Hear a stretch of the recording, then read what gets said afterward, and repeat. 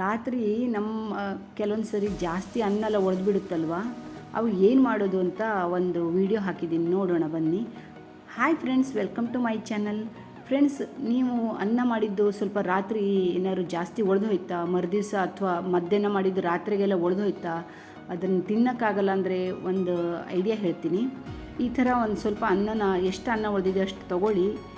ಅದಕ್ಕೆ ಒಂದು ಈರುಳ್ಳಿನ ಚೆನ್ನಾಗಿ ಕಟ್ ಮಾಡಿ ಇಟ್ಕೊಂಡಿದ್ದೀನಿ ನೋಡಿ. ಅನ್ನನೂ ಹಾಕ್ಕೊಂಡೆ ಒಂದು ಪಾತ್ರೆಯಲ್ಲಿ.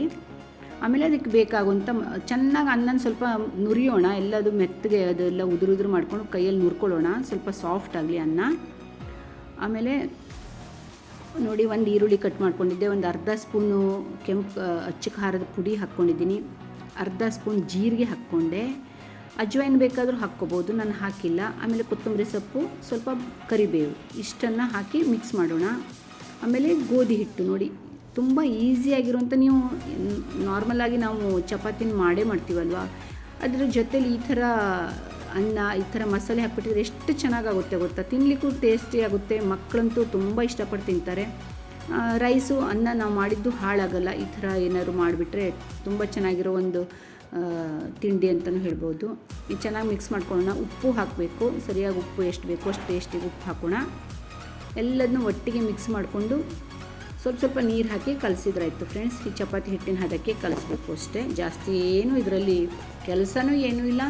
ತುಂಬ ಚೆನ್ನಾಗಿ ಈಸಿಯಾಗಿ ಮಾಡುವಂಥದ್ದು ಒಂದು, ಮಕ್ಕಳಿಗೆ ಬ್ರೇಕ್ಫಾಸ್ಟಿಗೆ ಕೊಡ್ಬೋದು, ನೀವು ಲಂಚಿಗೆ ಮಾಡ್ಬೋದು, ನಾವು ಎಲ್ಲರಿಗೂ ತಿನ್ನಲಿಕ್ಕೆ ತುಂಬ ಚೆನ್ನಾಗಿರುತ್ತೆ. ರಾತ್ರಿ ಡಿನ್ನರಿಗೂ ಮಾಡ್ಬೋದು. ಮಸಾಲೆ ರೊಟ್ಟಿ ಅಂತಲೂ ಹೇಳ್ಬೋದು, ಇದು ಗೋಧಿ ಹಿಟ್ಟಿಂದು ಓನಿಯನ್ ರೊಟ್ಟಿ ಅಂತಲೂ ಹೇಳ್ಬೋದು. ರಾತ್ರಿ ಇದು ರೈಸ್ ಏನಾದ್ರು ರಾತ್ರಿ ಎಲ್ಲ ಬಿಡ್ತಪ್ಪ, ಏನು ಮಾಡೋದು ಅಂತ ಈ ಥರ ಮಾಡ್ಕೊಬಿಟ್ರೆ ನೋಡಿ, ಈ ಥರ ಹಿಟ್ಟು ಕಲಸಿಟ್ಟು ಒಂದು 10-15 ನಿಮಿಷ ಬಿಟ್ಕೊಂಡ್ರಾಯ್ತು. ಆಮೇಲೆ ಲಟ್ಸಿ, ನಾನು ಲಟ್ಸಿದ್ದೆಲ್ಲ ತೋರಿಸ್ಲಿಕ್ಕಾಗಿಲ್ಲ, ಮಧ್ಯದಲ್ಲಿ ಈ ಥರ ಹೋಲ್ ಮಾಡಿಕೊಂಡು ಅದರಲ್ಲಿ ಎಣ್ಣೆ ಹಾಕಿ, ಸುತ್ತಲೂ ಎಣ್ಣೆ ಹಾಕಿ ಬೇಯಿಸಿದ್ರಾಯ್ತು ಫ್ರೆಂಡ್ಸ್. ನೋಡಿ, ತುಂಬ ಚೆನ್ನಾಗಿದೆ ಅಲ್ವಾ. ಫಸ್ಟ್ ಟೈಮ್ ನನ್ನ ಚಾನಲಿಗೆ ಬಂದಿದ್ದೀರಾ ಅಂದರೆ ಒಂದು ಸಬ್ಸ್ಕ್ರೈಬ್ ಮಾಡ್ಕೊಂಡು ನೋಡಿ, ಲೈಕ್ ಮಾಡಿ, ಶೇರ್ ಮಾಡಿ, ಕಾಮೆಂಟ್ ಮಾಡಿ. ಚಿಕ್ಕ ವಿಡಿಯೋ ಆಗಿರೋದ್ರಿಂದ ಸ್ಕಿಪ್ ಮಾಡದೆ ನೋಡಿ ಪ್ಲೀಸ್. Thank you. ಸಬ್ಸ್ಕ್ರೈಬ್ ಮಾಡ್ಕೊಂಡು ನೋಡಿ. Thank you.